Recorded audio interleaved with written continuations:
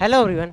आज की इस वीडियो में हम लोग केमिकल काइनेटिक के ऑब्जेक्टिव 50 ऑब्जेक्टिव क्वेश्चन को देखने वाले हैं।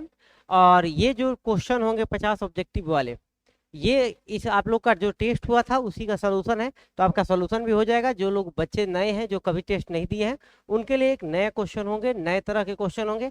तो आप भी इन क्वेश्चन को प्रैक्टिस जरूर करिएगा। वीडियो पसंद आएगा तो लाइक कर लीजिएगा। इस पे और भी वीडियो ढेर सारे आते रहते हैं, तो उन वीडियो को भी जरूर देखते रहिएगा। चैनल को सब्सक्राइब करके बेल आइकन को भी दबा लीजिए। चलिए आज का क्वेश्चन को चालू करते हैं, जिसमें पहला ही क्वेश्चन जो दिया गया है, ये दिया गया है क्वेश्चन नंबर 1। क्या दिया गया है भाई?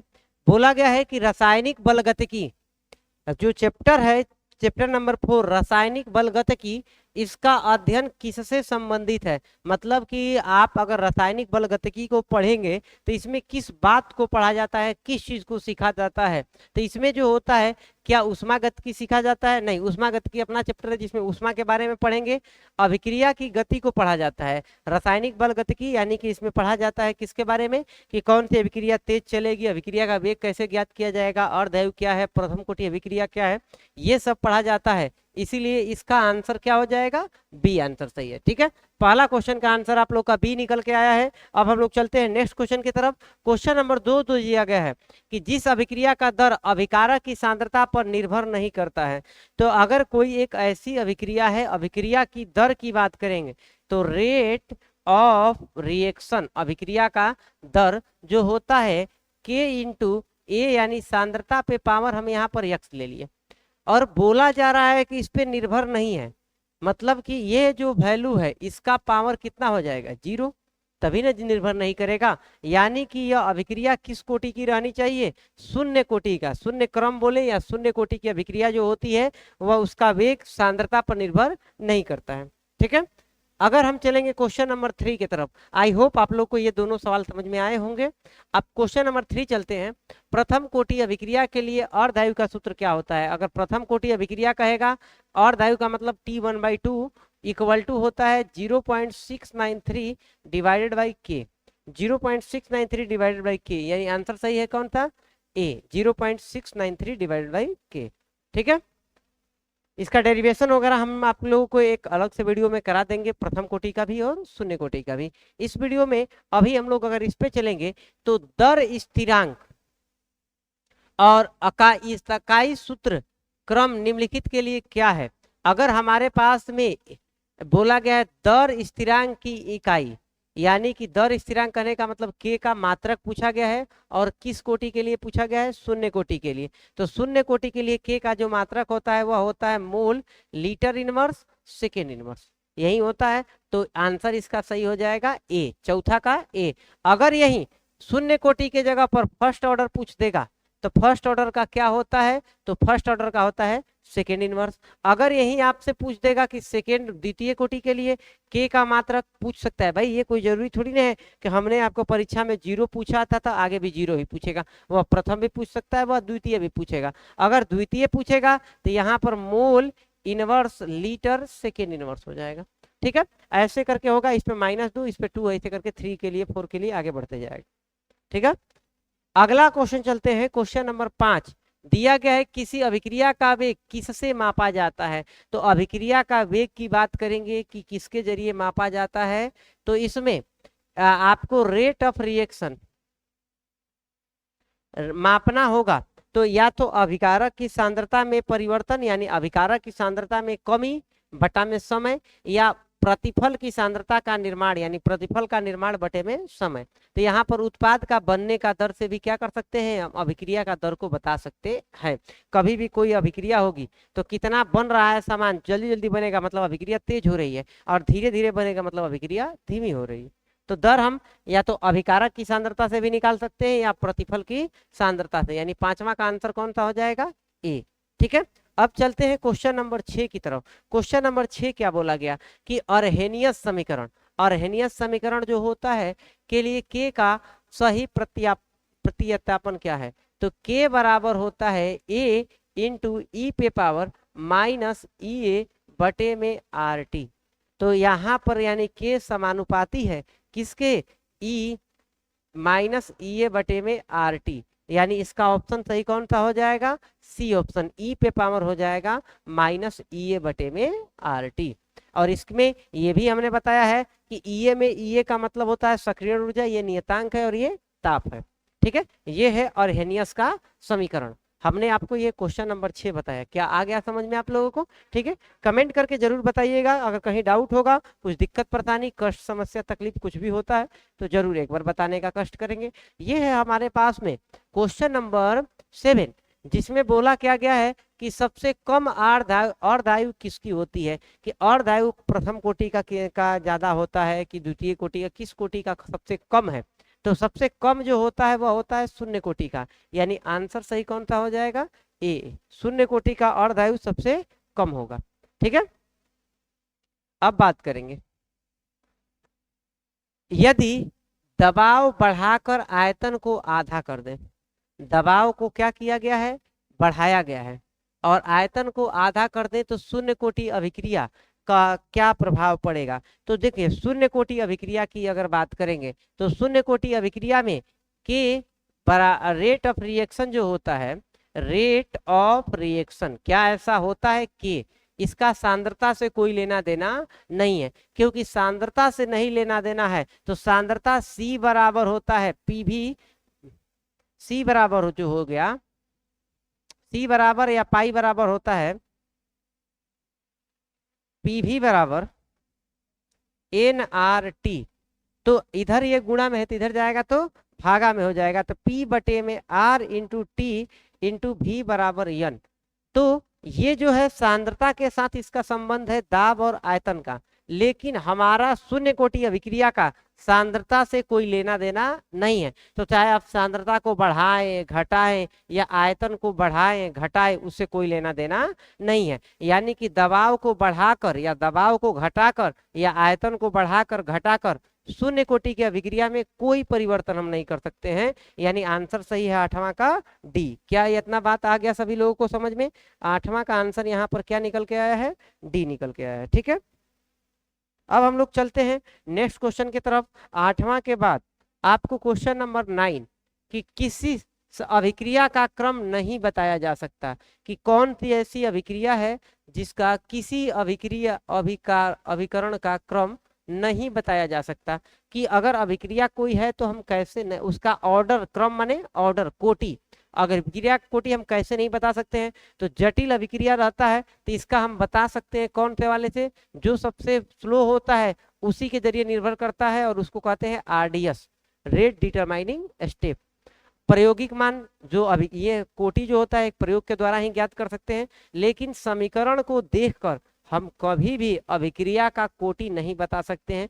कि अभिक्रिया अगर मान लीजिए हम ऐसे लिख दिए H2 + Cl2 अभिक्रिया करके बनेगा 2HCl, किस कोटि का है? तो हम ऐसे देख कर बता सकते नहीं है, और देख कर नहीं बता सकते हैं, आंसर सही है सी, समीकरण को देखकर कभी भी अभिक्रिया की कोटि को बताया जाता नहीं है। ठीक है, अब हम लोग चलते हैं नेक्स्ट क्वेश्चन की तरफ, क्वेश्चन नंबर 10। क्वेश्चन नंबर 10 क्या है कि किस अभिकरण में उत्पाद के साथ उत्प्रेरक भी बनता है? तो ऐसा कौन सी अभिक्रिया है जिसमें प्रतिफल खुद क्या करता है, उत्प्रेरक की भांति कार्य करता है? तो वह होता है स्व उत्प्रेरक, या फिर इसको अंग्रेजी में कहते हैं ऑटो कैटलिस्ट। ऑटो कैटलिस्ट या स्व उत्प्रेरक, खुद उत्प्रेरक ही क्या करता है, प्रतिफल ही उत्प्रेरक की भांति कार्य करेगा, अपने से क्या करेगा, अभिक्रिया को आगे बढ़ाएगा। ठीक है, यहाँ पर क्वेश्चन नंबर 11, निम्न समीकरण में कौन सा ln k बनाम 1/t का ढाल है?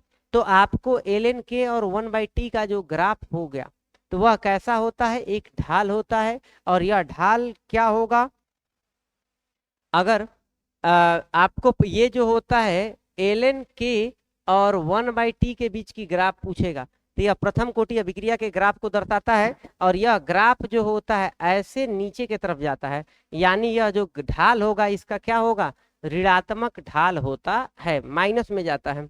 ठीक है, तो ऋणात्मक ढाल बनता है। ठीक है, अब हम लोग चलते हैं क्वेश्चन नंबर 12। द्वितीय क्रम अभिक्रिया के लिए दर स्थिरांक। हमने अभी आपको क्वेश्चन नंबर 4 में बताया कि दर स्थिरांक कहने का मतलब के का जो मात्रक होता है वह अभिक्रिया की कोटि पर निर्भर करता है। शून्य कोटि का मात्रक अलग होगा, प्रथम कोटि रहेगा तो मात्रक अलग होगा, द्वितीय कोटि रहेगा तो मात्रक अलग होगा। हमने ये भी बताया अगर शून्य कोटि रहेगा तो जो मात्रक होगा वह होगा मोल लीटर इनवर्स सेकेंड इनवर्स।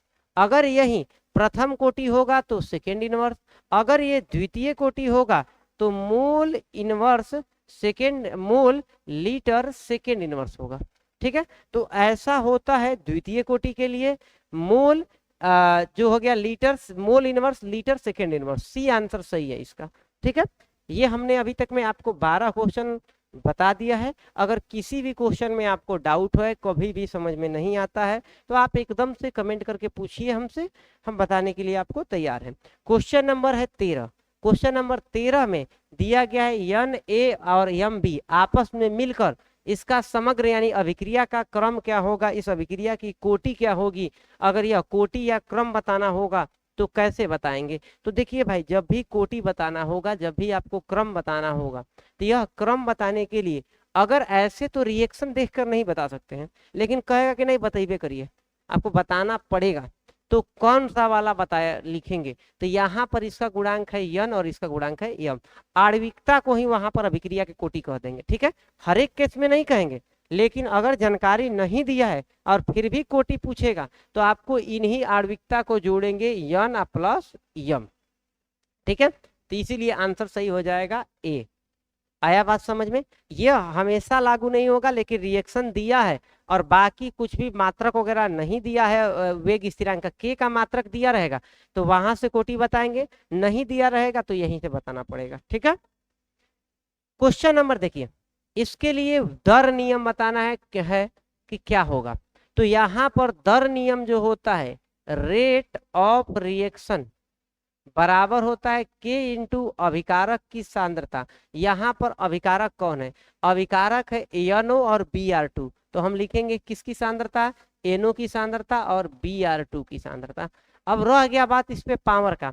तो अगर सवाल में और जानकारी नहीं दिया है तो पावर कहाँ से उठाएंगे, तो इसके समीकरण के गुणांक से। तो इसका गुणांक है 2 और इसका गुणांक है 1, तो यहाँ पर पावर बनेगा 2 और यहाँ पर पावर बनेगा 1। यह कब गुणांक उठाया जाता है, जब आपको सवाल में बाकी कुछ नहीं दिया है तो आपको यहीं से गुणांक उठाना पड़ेगा। तो यहाँ पर पावर 2 और पावर 1, आंसर सही कौन सा हो जाएगा, ए। आया बात समझ में। जब रेट ऑफ रिएक्शन निकालना हो और बाकी पावर वगैरह का जानकारी पहले से नहीं दिया है तो अभिक्रिया के अंदर से ही क्या करना पड़ेगा, आपको उठाना पड़ेगा। ठीक है, और ये है कि NO2 में का जो है सांद्रता 1/60 मोलर प्रति मिनट बनती है, तो अभिक्रिया का क्रम क्या होगा। तो यहाँ पर एक थोड़ा सा एकदम माइनर मिस्टेक हो गया है। यहाँ पर ये जो जानकारी दिया गया है वो के की जानकारी दी गई है कि के बराबर कितना है, 1/60 मोलर प्रति मिनट। ठीक है, या फिर यानी सांद्रता बटा में समय। तो इसका क्रम यानी कोटि पूछा गया है, तो यह मोलरता को कहा जाता है मोल प्रति लीटर, और ये मिनट में है तो यहाँ पर ऊपर में समय हो जाएगा मिनट इनवर्स। ये सेकेंड इनवर्स हो मिनट इनवर्स हो, समय का मात्रक बन रहा है। और ऐसा मात्रक किसके लिए बनता है, तो शून्य कोटि अभिक्रिया के लिए बनता है। तो आंसर 15 का हो जाएगा ए।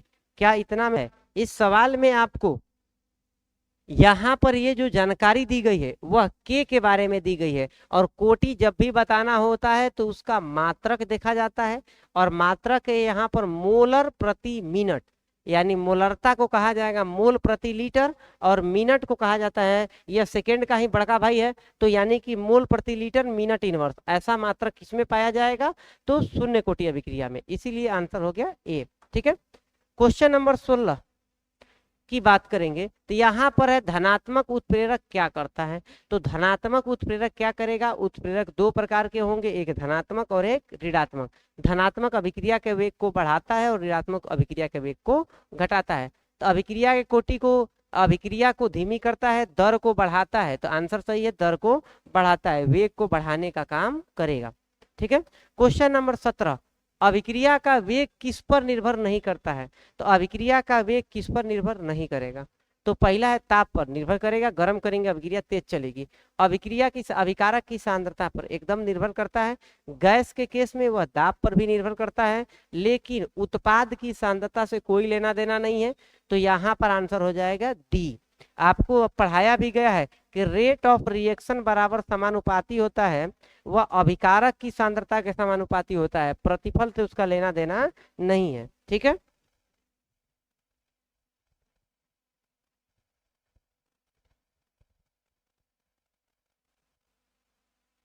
ठीक है, उत्पाद से इसका कोई लेना देना नहीं है, तो आंसर सही इसका है डी।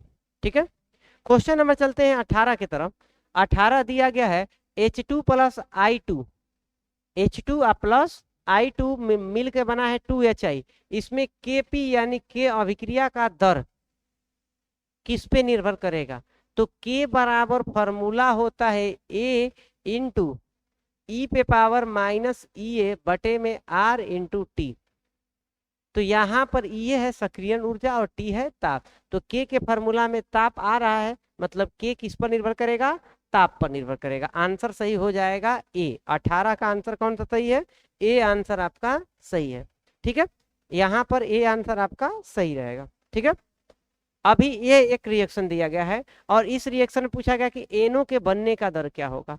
तो एनो के बनने का दर क्या, यहाँ पर d/dt और एनो क्या ये है, तो एनो क्योंकि प्रतिफल है तो आंसर आएगा वह प्लस में और हो जाएगा NO और बटा में क्या हो जाएगा, बस d/dt ऑफ NO। ठीक है, तो ये आंसर हो जाएगा हमारा कौन सा, सी। अगर एनो का बनने का दर बोलेगा तो ये होगा, और अगर अभिक्रिया का दर पूछता तो इसका गुणांक 4 है, तो यहाँ पर 1/4 भी करना पड़ता है। कब? जब अगर अभिक्रिया का दर पूछेगा तब। लेकिन केवल एनो का पूछा है तो इसका 4 से कोई लेना देना नहीं रहेगा। आंसर सही रहेगा सी। ठीक है, question number 20, H2 plus Cl2 2HCl बना है, तो इसका क्रम बताना है। तो इसका क्रम आप अभिक्रिया देखकर तो नहीं बता सकते हैं, तो आपको ये याद करना पड़ेगा। ये जो होता है एक शून्य कोटि की अभिक्रिया होती है। आंसर सी सही है, ये आपको याद करना पड़ेगा, इसका कोई तथ्य नहीं है। ठीक है, कुछ कुछ अभिक्रियाएं आपको याद करने पड़ेगी, जैसे कि जिस अभिक्रिया में अर्धकाल या वगैरह निकालना होता है, या फिर कार्बन डेटिंग विधि, रेडियो सक्रिय कार्बन वगैरह की बात करेंगे तो वह सब प्रथम कोटि में आएगा। ठीक है, प्रथम क्रम अभिक्रिया की एक विशेषता होती है कि अगर प्रथम कोटि अभिक्रिया की क्या विशेषता होती है कि प्रथम कोटि अभिक्रिया का अर्ध आयु का फॉर्मूला होता है 0.693 बटा में के। इस फॉर्मूला में कहीं पर भी सांद्रता का कोई जिक्र नहीं है, मतलब अभिक्रिया का अर्ध आयु सांद्रता पर निर्भर नहीं करेगा। कब? जब वह प्रथम कोटि अभिक्रिया रहेगा तब, यानी T1/2 सांद्रता पर निर्भर नहीं करता है। ए आंसर क्या है यहाँ पर सही है। ठीक है, क्वेश्चन नंबर हम चलते हैं 22 की तरफ।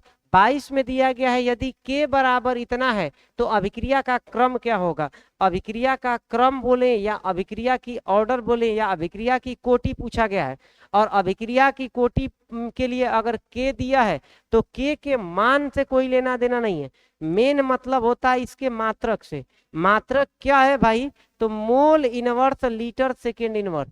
और यह किस कोटि के लिए होता है मात्रक? तो यह होता है द्वितीय कोटि के लिए। ठीक है, और द्वितीय कोटि यानी कि अभिक्रिया का जो है सेकेंड ऑर्डर है। बी आंसर सही है। ठीक है, अगर यही मात्रक में खाली सेकेंड इनवर्स रहता प्रथम कोटि, अगर यही उल्टा ऐसे रहता मोल लीटर इनवर्स सेकेंड इनवर्स, तब यही मात्रक जो होता, जो कोटि होता वह शून्य कोटि हो जाता। ठीक है, अगर हम क्वेश्चन नंबर 23 देखिए, दिया गया है उत्प्रेरक के लिए क्या सही है, मतलब उत्प्रेरक क्या बात बताता है। दर को बढ़ाता है, उत्पादन बदलता है, संतुलन बदलता है, दर को घटाता है। तो उत्प्रेरक अभिक्रिया के दर को क्या करता है? बढ़ाता है। आंसर सही हो जाएगा ए।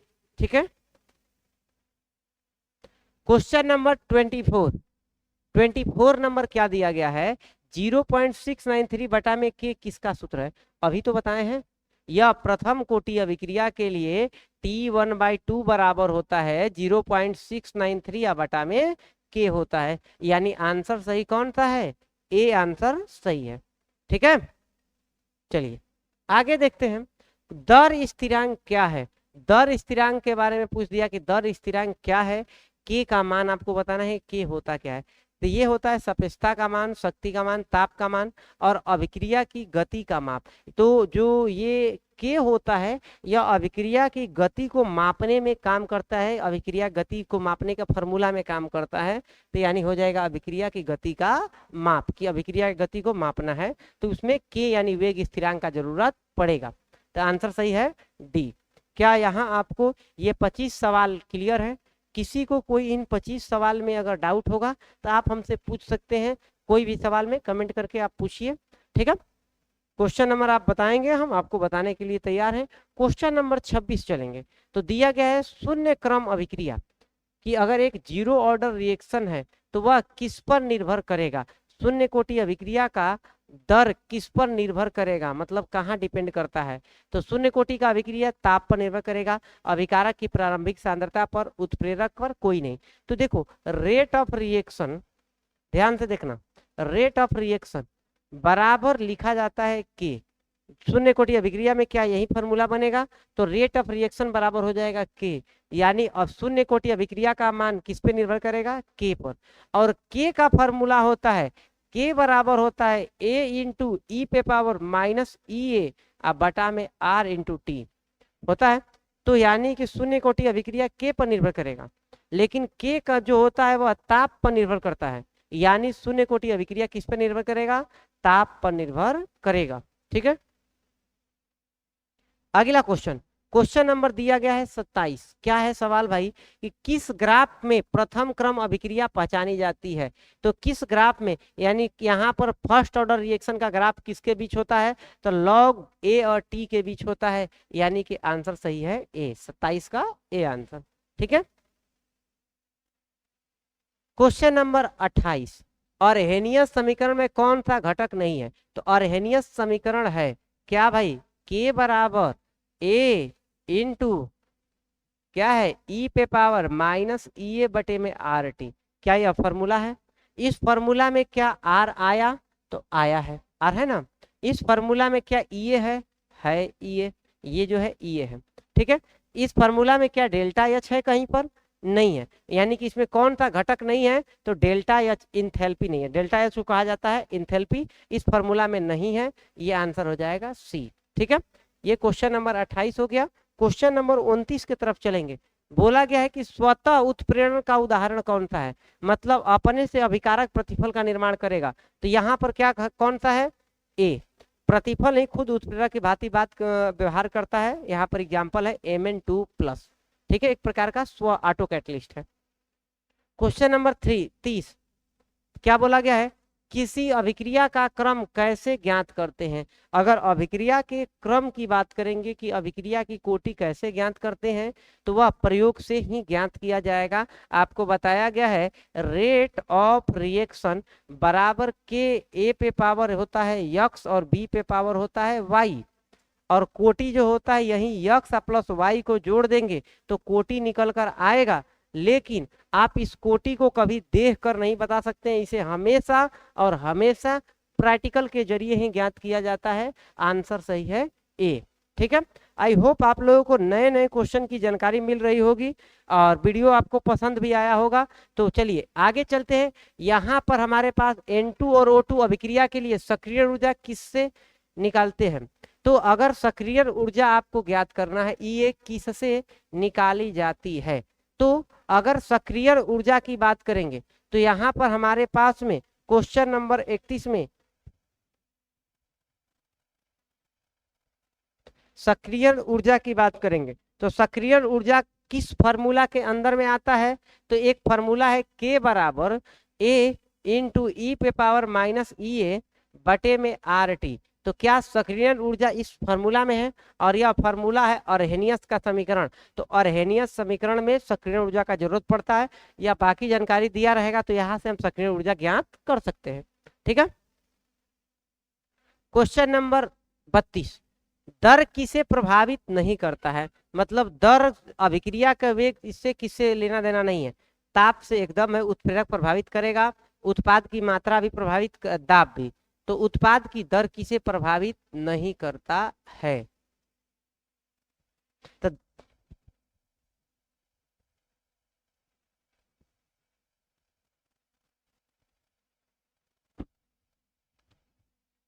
दर किसे प्रभावित नहीं करता है, तो यहाँ पर हमारे पास में देखिए ताप तो है ही है, उत्प्रेरक तो है ही है, लेकिन अगर दाब की बात करेंगे तो ठोस के केस में तो नहीं होता, लेकिन गैस के केस में दाब का भी अभिक्रिया का वेग में लेना देना है। तो यहाँ पर उत्पाद की मात्रा को दर से कोई नहीं है, वो बन रहा है, तो आप बनने वाला सामान से आप अभिक्रिया के वेग को नियंत्रित नहीं कर सकते हैं।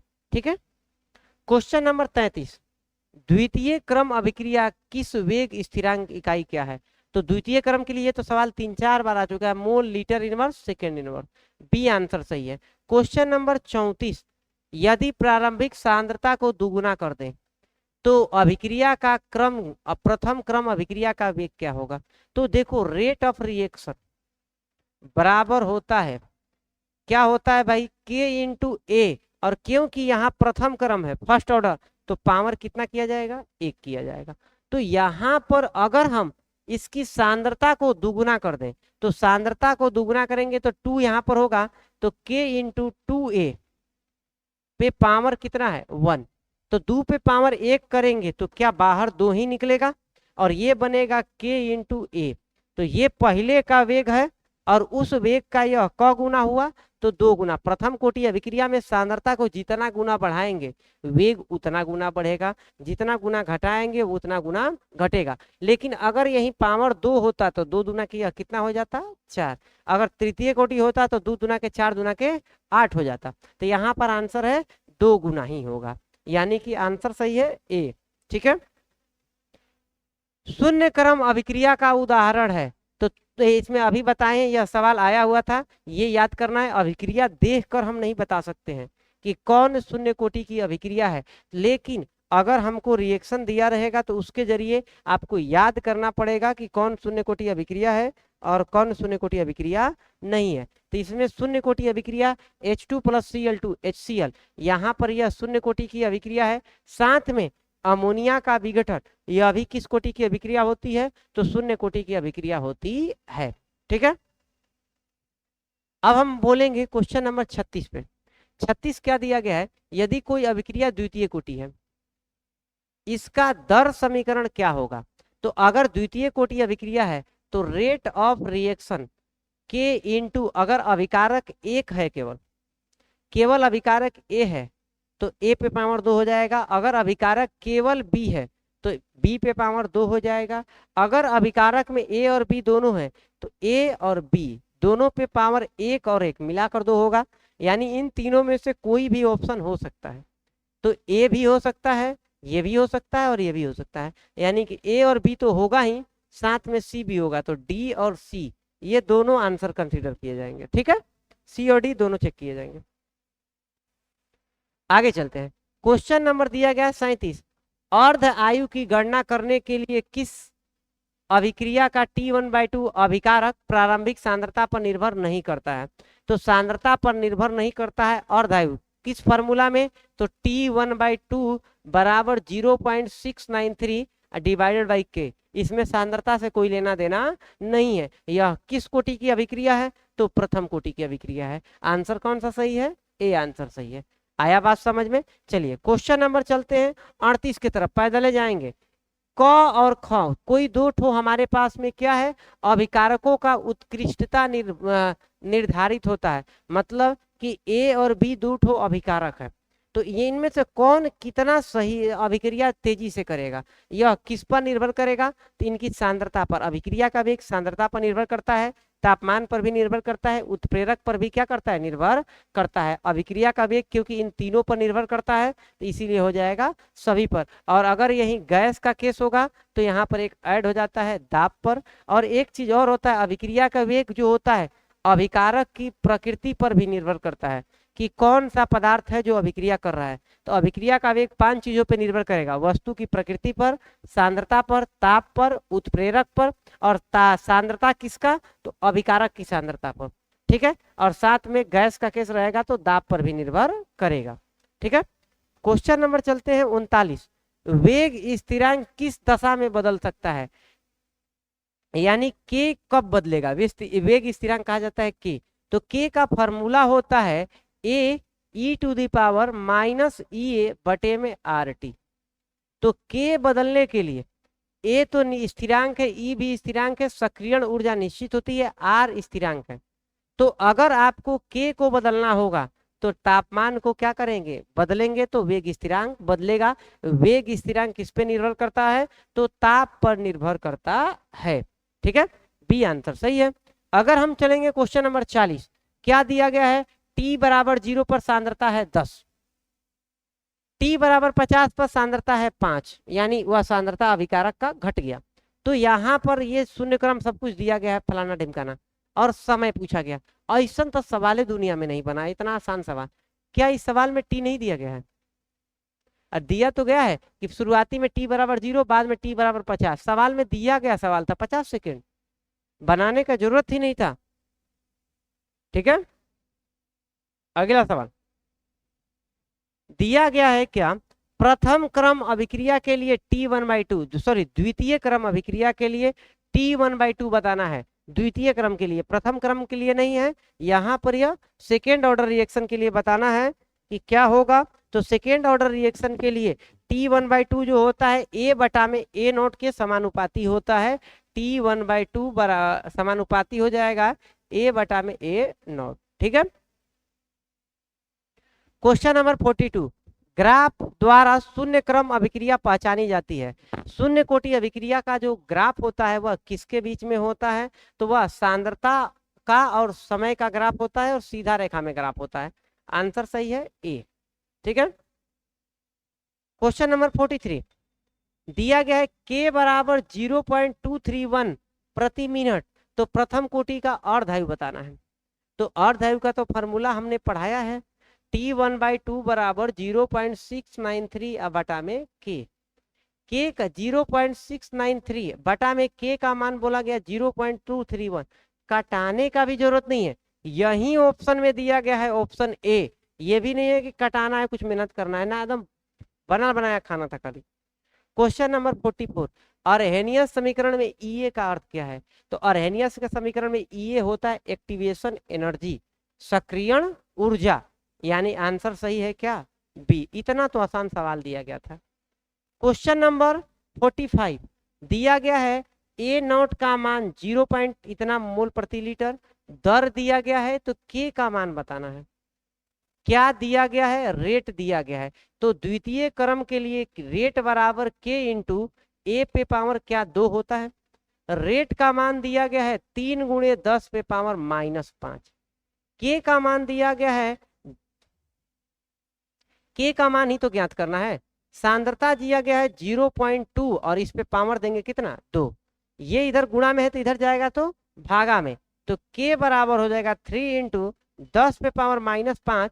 0.2 में 0.2 का गुणा करेंगे तो 0.04, क्या इतना हो जाएगा, अरे होगा। तो अगर हम इसे करेंगे तो 3 बटा में 4 गुणे ये 10 पे पावर, ये 2 अंक दशमलव अगर ऊपर जाएगा तो नीचे है तो माइनस में, ऊपर जाएगा तो प्लस में, तो ये 10 पे पावर -3, 5 है तो 3 बचेगा। तो यहाँ पर हमारे पास में अब इसे कटाना है। अगर इसे कटाएंगे तो 30 को कटाना है तो 0.30 है तो फिर एक 0 दिया जाएगा, 0 हो गया 30, 0.75 इंटू 10 पे पावर, तो 0.75 10 पे पावर -3। तो यहाँ पर अगर एक अंक दशमलव शिफ्ट करेंगे तो 7.5 10 पे पावर -4, यानी कि ये आंसर हो जाएगा ए। 45 का आंसर ए है। ठीक है, आया बात समझ में। ये हमने क्या किया, रेट ऑफ रिएक्शन में द्वितीय कोटि अभिक्रिया बोला गया था तो ए पे पावर हमने दिया 2।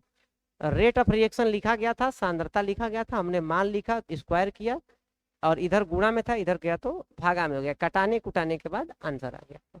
कोई दिक्कत परेशानी किसी को इतना में? ठीक है, अब चलते हैं क्वेश्चन नंबर 6 के तरफ, सॉरी 6 बोल रहे 46 के तरफ, 46 के तरफ। दिया गया है दर के ए पे पावर 2, इसमें क्रम बताना है कि यह किस कोटि का है। इतना आसान सवाल। सांद्रता का पावर 2 है तो अभिक्रिया किस कोटि की, द्वितीय कोटि की। आंसर सही कौन सा है, बी। क्वेश्चन नंबर हम चलेंगे 47, नकारात्मक उत्प्रेरक क्या करता है, नेगेटिव कैटलिस्ट रहेगा तो धनात्मक रहेगा तो बढ़ाएगा, ऋणात्मक रहेगा तो घटाएगा। 43 का बी आंसर। चलिए क्वेश्चन नंबर चलते हैं 48 की तरफ। 48 नंबर सवाल में दिया गया है किस अभिक्रिया में समय बराबर प्रारंभिक सांद्रता अंतिम सांद्रता बटा में के होता है। तो प्रारंभिक सांद्रता अंतिम सांद्रता का अगर फॉर्मूला देखेंगे तो यह होता है किस कोटि अभिक्रिया के लिए, शून्य कोटि अभिक्रिया के लिए होता है। ठीक है, अब चलेंगे क्वेश्चन नंबर 49।